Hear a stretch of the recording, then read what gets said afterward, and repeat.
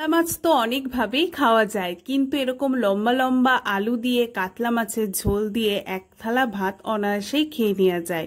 তো এই সহজ রেসিপিটাই আজকে আমি শেখাবো কিভাবে সহজ উপায়ে কাতলা মাছ দিয়ে আলুর রসা বানানো যায়। তার জন্য মাছগুলোকে নুন, হলুদ আর সর্ষের তেল মাখিয়ে রেখে দেব কিছুক্ষণ।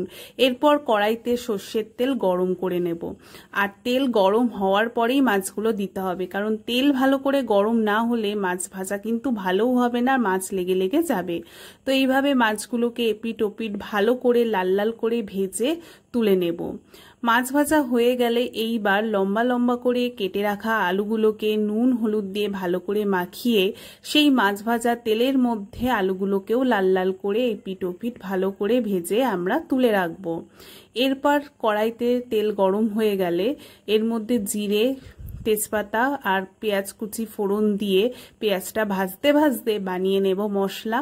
মশলার মধ্যে দেব রসুন, আদা, জিরে, ধনে, কাঁচা লঙ্কা, শুকনো লঙ্কা।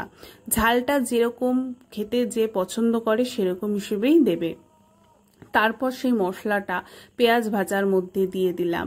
এবারে কিন্তু রান্নাটার আসল কাজ মশলা কষানো। মশলা কষানো যদি ভালো না হয় রান্নাটা কিন্তু কখনোই টেস্টি হবে না। মশলা কষানো যত ভালো হবে রান্নার স্বাদ তত ভালো হবে। তাই ধৈর্য সহকারে মশলাটাকে কষাতে থাকতে হবে। কিছু দূর কষানোর পর দিয়ে দিলাম টমেটো কুচি আর কাশ্মীরি লঙ্কার গুঁড়ো, দিয়ে দিলাম হলুদও।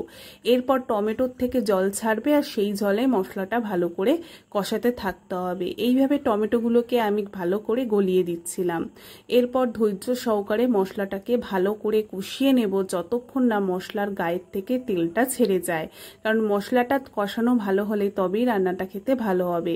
ঢাকনা দিয়ে আমি 5 মিনিট রেখেও দিয়েছিলাম। এরপর ভালো করে মশলাটা আমার কষাতে থাকছিলাম। কষানো হয়ে গেলে দিয়ে দিলাম গরম জল।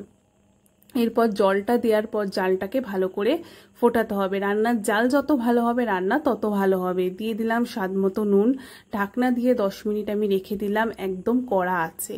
তারপর ঢাকনাটা খুলে এবার এর মধ্যে আমি দিয়ে দেব ভেজে রাখা আলু আর মাছ।